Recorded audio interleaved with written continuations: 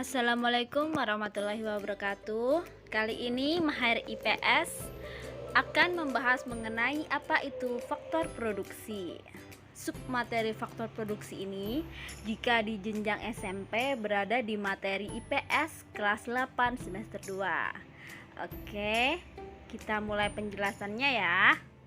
Dalam istilah sehari-hari kita sering mengenal kata produksi. Nah, kalau produksi saja itu memiliki pengertian suatu kegiatan yang dilakukan untuk menambah nilai guna barang atau jasa. Nah, sekarang yang akan kita bahas itu mengenai faktor-faktor produksinya. Apa sih faktor-faktor produksi?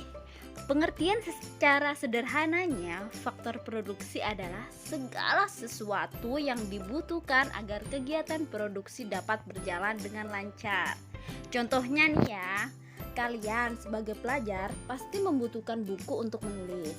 Pernahkah kalian mencari tahu apa saja yang dibutuhkan untuk membuat buku tersebut? Tentunya buku dibuat dari bahan mentah yang diolah oleh pekerja pada sebuah bangunan pabrik dan dengan menggunakan mesin tertentu, di mana ide, pemasaran, perencanaan dan sebagainya dilakukan oleh pemiliknya. Nah, keseluruhan pendukung dalam proses terciptanya buku tersebut dinamakan faktor-faktor produksi. Oke.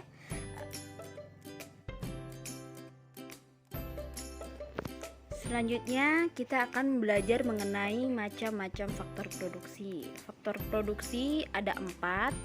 Yang pertama faktor produksi alam, yang kedua faktor produksi modal, yang ketiga faktor produksi tenaga kerja, dan yang keempat faktor produksi kewirausahaan.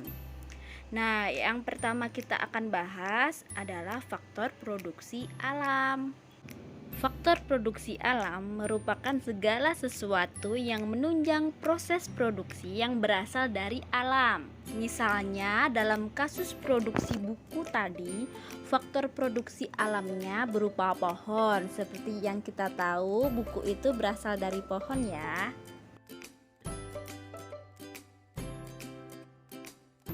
Selanjutnya yang akan kita bahas mengenai faktor-faktor produksi modal.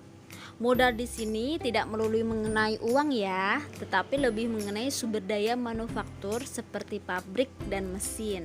Tapi memang benar, tetap uang yang akan diperlukan untuk membeli barang-barang tersebut. Modal sendiri sebenarnya digolongkan menjadi beberapa golongan berdasarkan sifatnya, sumbernya, kepemilikannya, dan bentuknya. Berdasarkan sifatnya dibedakan menjadi modal tetap dan modal lancar. Berdasarkan sumbernya dibedakan menjadi modal sendiri dan modal asing. Berdasarkan kepemilikannya dibedakan menjadi modal individu dan modal umum, dan berdasarkan bentuknya dibedakan menjadi modal konkret dan modal abstrak. Selanjutnya yang akan kita bahas mengenai faktor produksi tenaga kerja. Dapat kita katakan bahwa tenaga kerja adalah faktor produksi yang berperan dalam mengelola sumber daya lainnya. Tenaga kerja juga dapat kita bagi-bagi berdasarkan beberapa golongan, berdasarkan sifatnya dan berdasarkan kualitas dan kemampuannya. Selanjutnya yang terakhir kita bahas mengenai faktor produksi kewirausahaan.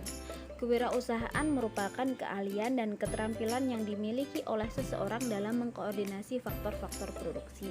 Misalnya, jika sudah tersedia bahan mentah, sumber daya alam, tenaga kerja, dan juga modal, namun tidak ada seseorang yang mampu membuat strategi, merencanakan, mengontrol, dan mengawasi saat produk tersebut dibuat, tentu hasilnya juga tidak akan memuaskan. Maka dari itu, faktor manajemen atau kewirausahaan diperlukan supaya proses produksi berjalan lebih lancar. Jadi itu tadi keseluruhan penjelasan dari saya. Semoga kalian sudah lebih paham mengenai faktor-faktor produksi ya.